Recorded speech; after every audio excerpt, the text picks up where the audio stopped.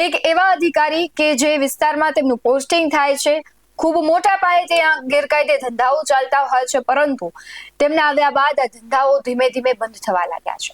હું વાત કરી રહી છું સુરેન્દ્રનગરની, કારણ કે સુરેન્દ્રનગરનો થાનસેટનો વિસ્તાર છે, ત્યાં ગેરકાયદે ખૂબ મોટું ખનન થઈ રહ્યું છે અને આ ખનનને રોકવા માટે એચટી મકવાણા ખૂબ મોટા પ્રયાસો કરી રહ્યા છે. પોતાની નિષ્ઠા અને પ્રામાણિકતા બતાવી એક પણ માફિયાને છોડતા નથી અને જે પ્રમાણે ગેરકાયદે ખનનની પ્રવૃત્તિઓ છે, આજે ક્યાંક તેના પર બ્રેક લાગ્યો છે. વધુ એક વખત એચટી મકવાણા છે, ત્રાટકે છે, ખૂબ મોટા પ્રમાણમાં મુદ્દામાલ પણ જપ્ત કરે છે. નમસ્કાર, ગુજરાત BS9 ટીવી ન્યૂઝમાં આપની સાથે હું ભગવતી વિશાવડિયા. સુરેન્દ્રનગર એક એવો વિસ્તાર છે કે તેની એક છાપ ઊભી થઈ ગઈ હતી કે ત્યાં ખૂબ મોટા પાયે ગેરકાયદે ધંધાઓ ચાલી રહ્યા છે, કાળા કારોબાર ચાલી રહ્યા છે, પરંતુ એચટી મકવાણાની એન્ટ્રીથી આ બધા જ ધંધાઓ પર સપાટા લાગ્યા છે. સુરેન્દ્રનગરના ખાખરાળામાં ફરી એક વખત એચટી મકવાણા ત્રાટક્યા હતા. સફત રેતી છે તેના કાળા કારોબાર પર એચટી મકવાણા ત્રાટક્યા અને ત્યાં જે રેતીનું છે ખનન થઈ રહ્યું હતું, ખોદકામ થઈ રહ્યું હતું, તેને બંધ કરાવ્યું છે. તેમણે દરોડા પાડી અને કુલ 1.78 કરોડનો મુદ્દામાલ જપ્ત કર્યો છે અને પ્રથમ વખત ખનીજ ચોરી પર દરોડા પાડ્યા બાદ ખનીજ માફિયાઓ પર લેન્ડ ગ્રેબિંગ અને તડીપારની કાર્યવાહી તેમણે કરી છે.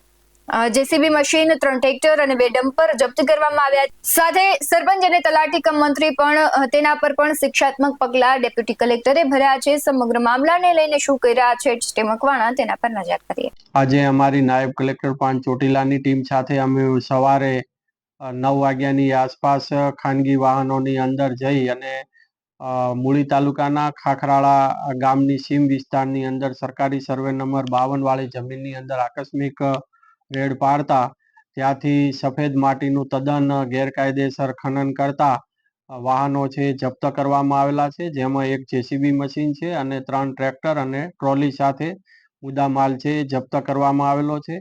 આ ખનીજનું જે ખનન કરાવતા હતા હરિભાઈ જોગરાણા, રહે ખાખરાળા, તાલુકો મૂળી, તેમજ સાથે સાથે આજુબાજુમાં તપાસણી કરતા 2 ડમ્પર પણ મળી આવેલા હતા અને એમ મળીને કુલ 1,78,00,000નો મુદ્દામાલ જપ્ત કરવામાં આવેલો છે.